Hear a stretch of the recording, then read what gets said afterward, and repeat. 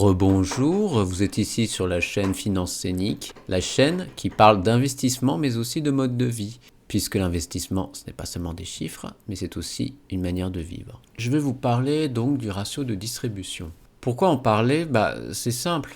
Il y a toujours, cette interrogation de la part des investisseurs qui cherchent un revenu régulier. Il y a toujours cette interrogation, ils se disent, est-ce que les dividendes vont être toujours stables? Vont-ils augmenter? Ou au contraire, vont diminuer? Et donc, l'indicateur le plus important pour savoir si ces dividendes vont se stabiliser ou se mouvoir, c'est le ratio de distribution. Donc le ratio de distribution, il est intimement lié au rendement, les dividendes influencés par le prix de l'action et la croissance, puisqu'on va voir que ces deux termes sont liés entre eux quand on parle de ratio de distribution. Pour expliquer rapidement ce que c'est que le ratio de distribution, c'est tout simple, c'est en fait la part de bénéfice qui est versée aux actionnaires sous la forme de dividendes.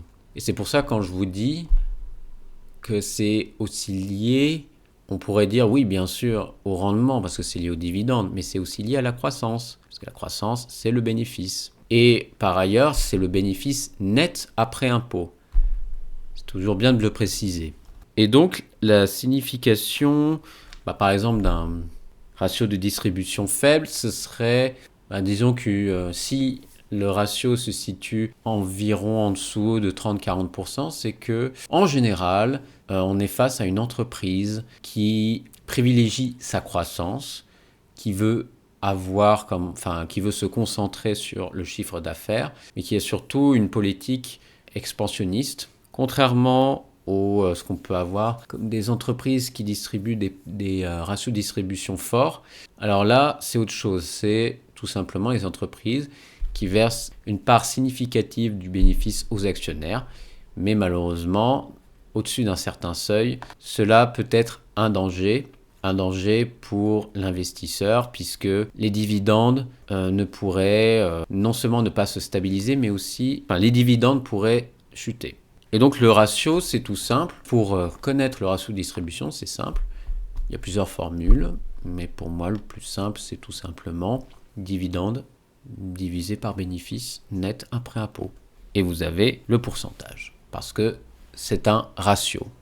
Et donc on peut voir que je vous ai parlé, oui, le ratio de distribution, en fait oui, ça dépend des entreprises, de la stratégie des entreprises, mais il y a quand même une généralité selon certaines régions, mais aussi certains secteurs.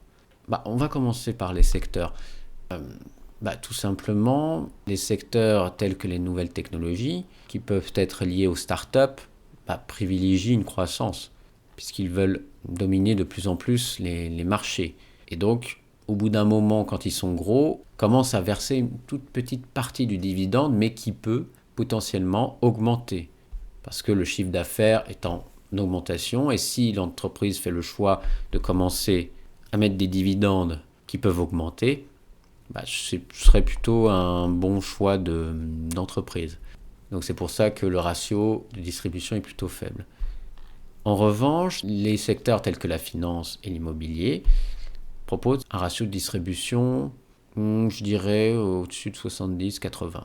Et donc, cela dépend bien sûr, comme je l'ai dit, les ratios de distribution varient selon les régions. Aux États-Unis, on est beaucoup plus axé sur la croissance, plus sur l'innovation. Les Américains ont tendance à prendre des entreprises qui versent peu de dividendes, mais qui peuvent accroître de plus en plus au fil des années.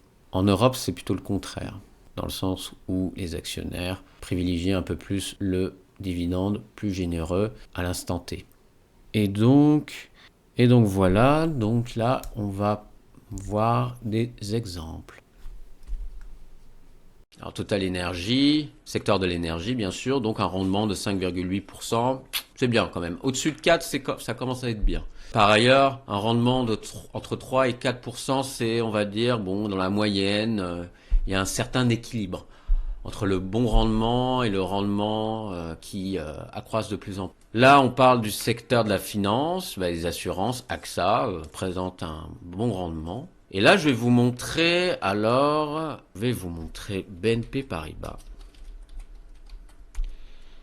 Alors là, ça dépasse son entendement. Un rendement de 8%, mais vous voyez, sûreté de dividende risquée, score de croissance. Et donc, on va voir le ratio de distribution. Là, contre toute attente, il y a quand même, bon, un ratio qu'on va dire plutôt sain, malgré le fait que le dividende, enfin le rendement est de 8%. Il faut savoir que plus un rendement est élevé et plus ça signifie que le prix, enfin le cours de l'action diminue. Là, malgré tout, là, ça, bon, on va dire que c'est un très bon payout ratio, donc ratio de distribution. Mais il y a bien sûr des risques qu'on peut voir. La croissance qui diminue, volatilité de l'action qui est un peu au-dessus de 1. Donc c'est juste pour dire que le ratio de distribution, faut quand même, c'est bien sûr influencé par d'autres points. En fait. Là, le bénéfice par action a diminué. Croissance chiffre d'affaires par rapport à 2020 a diminué aussi. Le croissance free cash flow. Alors, c'est intéressant parce que là, il y a eu une énorme baisse. On n'a pas encore les chiffres de 2024. Mais par rapport à 2022, 2021 et 2019, c'est énorme. Donc en fait, le problème, c'est que si vous n'avez pas assez de cash, de liquidité pour couvrir les dividendes, bah le dividende va diminuer. Donc pour l'instant, le ratio de distribution va bien, mais faut attendre les chiffres de 2024. Donc c'est pour ça, c'est plutôt, comment dire, mitigé. Et donc, qu'est-ce qu'on peut dire? On va montrer d'ailleurs des exemples sur mes actions en portefeuille. Donc là, Arbor Realty Trust. Alors la sûreté dividende a diminué, score croissance 0, très faible. Le rendement est de 11,72%. Donc c'est une société basée sur les marchés de l'immobilier.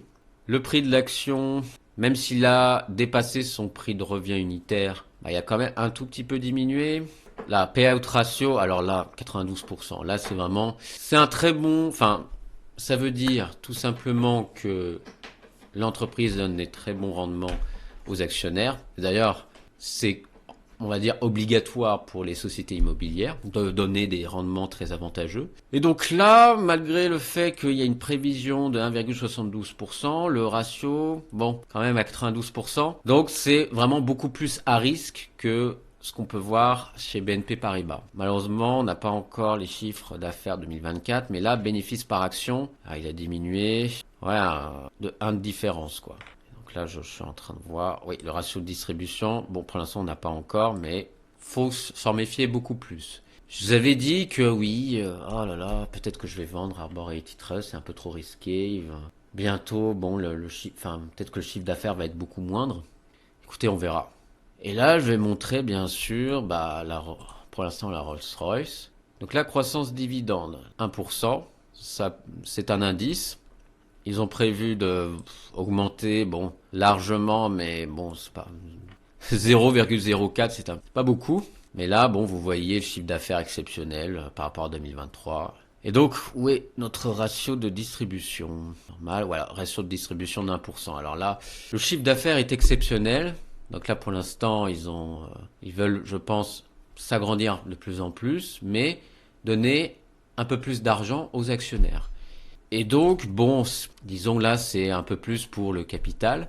Il y a aussi un autre exemple, Microsoft. Vous avez croissance dividende 10%. Là, je pense que c'est un peu mieux. Payout ratio qui est un peu mieux, comme je l'ai dit. Donc là, tout est lié. Bon, là, on va dire peut-être que Microsoft va être de plus en plus une action, de qualité qui va donner des dividendes, qui va être stable et même beaucoup plus en augmentation par rapport à Nvidia. Donc voilà, ce qui est très important. Et donc, selon, bien sûr, en général, oui, il y a un ratio idéal pour que ça soit équilibré, c'est entre 40 et 60%. Quand c'est un peu plus petit, c'est vraiment des actions à croissance, soit pas du tout de dividende, ou soit même un tout petit pourcentage, un tout petit dividende qui va augmenter probablement d'ici les années à venir. Si c'est au-dessus de 80 ou 90, alors là, il y a un danger. C'est donner trop d'argent aux actionnaires au détriment de sa croissance. Et comme on a vu, il y a d'autres indicateurs qui permettent de voir si les dividendes vont tenir ou pas. Le free cash flow, par exemple. C'est le fonds de trésorerie, par ailleurs. Et voilà. Écoute, voilà une vidéo qui explique le ratio de distribution. N'hésitez pas à vous abonner, à laisser des commentaires. J'ai un lien Morning qui permet d'avoir un compte pour synchroniser vos portefeuilles.